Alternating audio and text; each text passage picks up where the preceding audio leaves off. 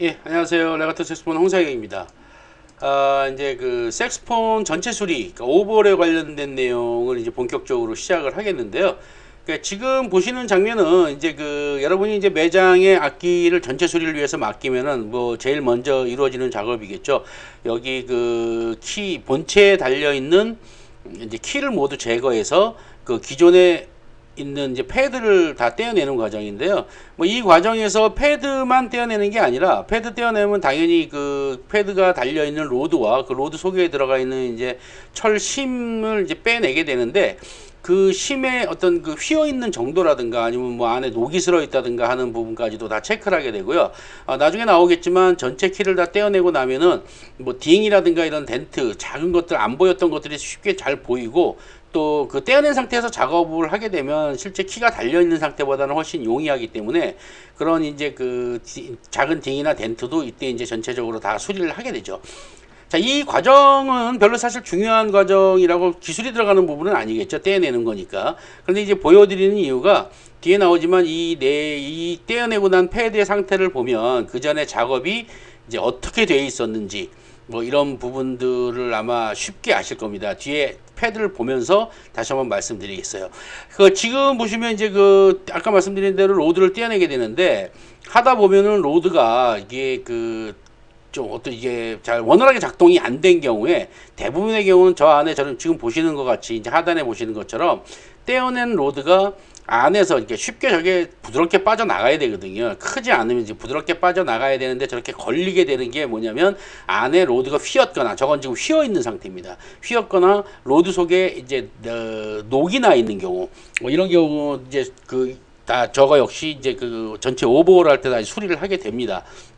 네, 이번 2부에서는 일단은 그 내용은 차후에 다시 나오니까 패드 상태에 대해서 좀 말씀을 드릴게요.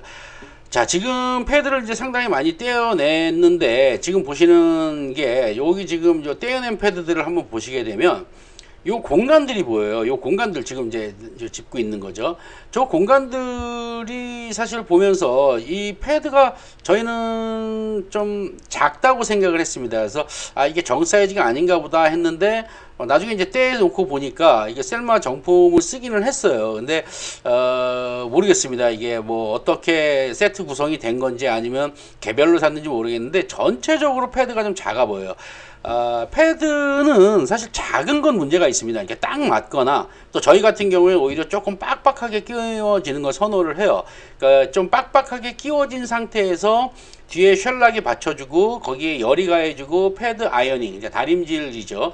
예, 그걸 해주게 되면 오히려 평평하고 완전히 꽉 찬 상태에서 패드 변형이 거의 가지 않는 상태가 되게 돼 있습니다. 그래서 저희는 조금 빡빡한 걸 선호하는데 오히려 지금 작업하고 있는 악기가 이제 액션 2인데 이 악기가 지금 전체적으로 지금 패드가 좀 작다는 느낌이고요.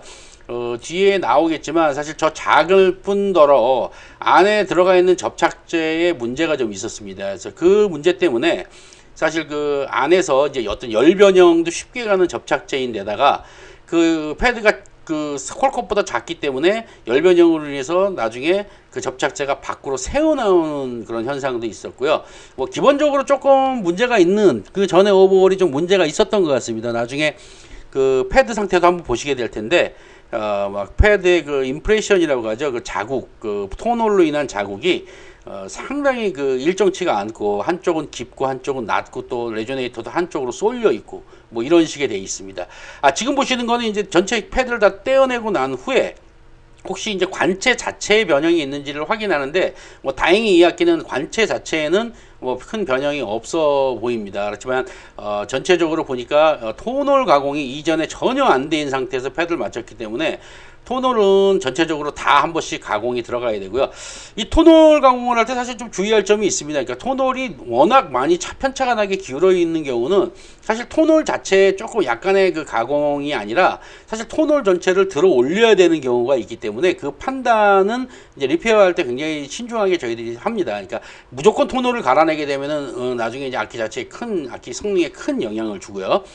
자, 그래서 이제 지금 다 떼어난 패드를 키를 이제 그 열풍기를 활용을 해서 그러니까 직접 토치를 쓰는 경우가 있는데 지금 이게 악기가 셀마다 보니까 셀마의 락카가 상당히 약해요. 지금 이제 보이시는 게 아까 제가 말씀드린 대로 본드가 저 안에서 이제 접착제죠. 지금 한멜트 종류로 보이는데 질이 상당히 안 좋아 보여요. 한멜트도 질이 좋은 거는 이제 셜락 같은 품질이 나오는 것들도 있는데 저거는 지금 뭐 안에서 녹아서 저 정도로 나온다라는 거는 사실 조금 문제가 있는 거죠. 저게 만약에 접착제를 너무 많이 써서 그런 건지에 대한 뭐 생각도 할 수 있는데 지금 떼 보시면 아시겠지만 밖으로 새 나왔음에도 불구하고 안에는 접착제가 또 고르게 분포도 되어 있지 않아요. 한쪽으로 몰려 있는 저런 현상이 벌어진다는 거죠. 그래서 저런 지금 저 패드 자체가 이제 셀마 오리지널 패드인데 패드의 그 품질은 좋은 패드를 쓰고 좋은 악기에 좋은 품질의 패드를 썼지만 저런 식으로 지금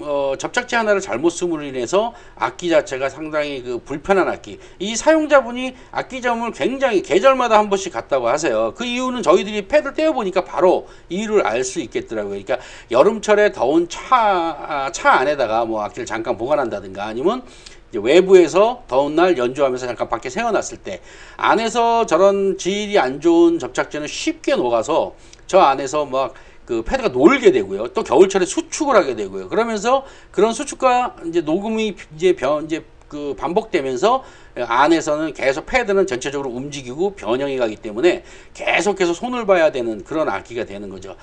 지금 이제 저희가 토치로 이제 가열을 하고 있는데 저희도 떼내면서 이런 거는 사실 떼내기가 상당히 쉬워요. 지금 토치 뭐 얼마 뭐 불과 몇 초만 가열을 하면 그냥 바로바로 패드가 떨어지기 때문에 일하기는 지금 떼내기는 좋지만 사실 악기 자체는 저런 접착제를 썼다라는 거는 1차적으로 이제 근본적으로 저건 잘못된 겁니다. 그러니까 쉘락이라는 천연 접착제가 뭐 엄청 뭐 접착이 잘 붙고 뭐 이런 순간 접착제처럼 붙고 이런 내용이 아니라 결국에는 겨울에 그러니까 춥거나 더울 때 열 변형이 거의 없다라는 접착제이기 때문에 정말 오랜 동안 수백 년 전 그 악기가 발명이 된 이후에 그때부터 사용했던 쉘락이라는 걸 현대에 있는 모든 메이저 악기사들이 모두 사용을 하고 있습니다.